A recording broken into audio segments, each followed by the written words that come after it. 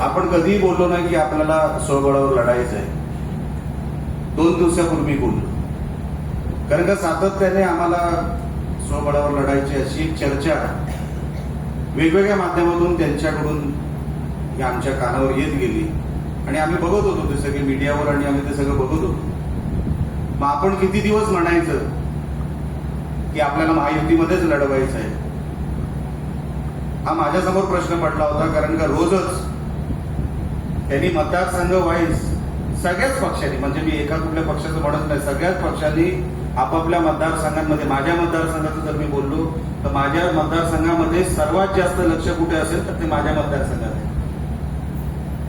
Candidate काढून त्यांना कामाला लावलं जात आहे, वेगवेगळ्या गोष्टी सांगून त्यांना मैदानात उतरवलं जात आहे.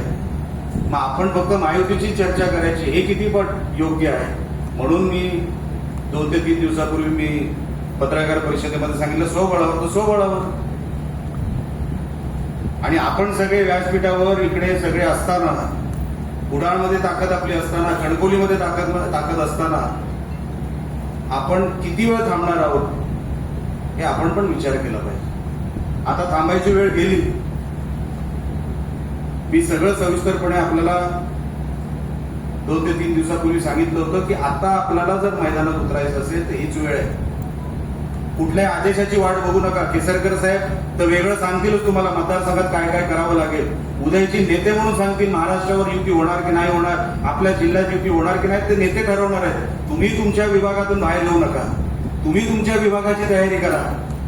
लक्षात ठेवा, जेवढा डोळा आपल्या कुडाळवर आहे ना, तेवढाच डोळा सावंतवाडीवर पण आहे. असं समजू नका इकडे काय वेगळं आहे. माझ्याकडे सिस्टम वेगळी आहे, इकडच्याकडे सिस्टम वेगळी आहे.